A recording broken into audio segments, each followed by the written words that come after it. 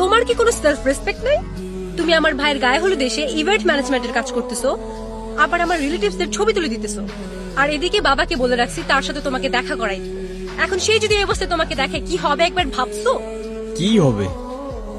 আবার জিজ্ঞাসা করতেছো কি হবে?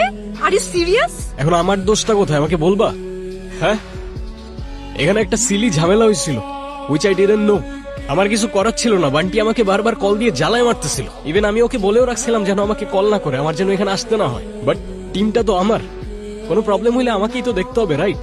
ব্রায়ান, অনেক হয়েছে তুমি আর তোমার এই ফালতু টিম। মানুষের বয়ফ্রেন্ড ডাক্তার হয়, ইঞ্জিনিয়ার হয়, আর তুমি হইছো একটা ইভেন্ট ম্যানেজার। আজ যাইরা বাবা যদি জানতে পারে তুমি একটা ইভেন্ট ম্যানেজমেন্টে কাজ করো, কোনোদিন তোমার সাথে আমাকে বিয়ে দিবে না। এখন আমি তো এইটাই করি, it is what it is. কি করবো আমি এটার ব্যাপারে? তোমার কিচ্ছু করা লাগবে না, তুমি তাকিয়ে তাকিয়ে দেখো, আর অন্য আরেকজন এসে আমাকে বিয়ে করে নিয়ে যাক, তখন এসে ছবি তুলবে।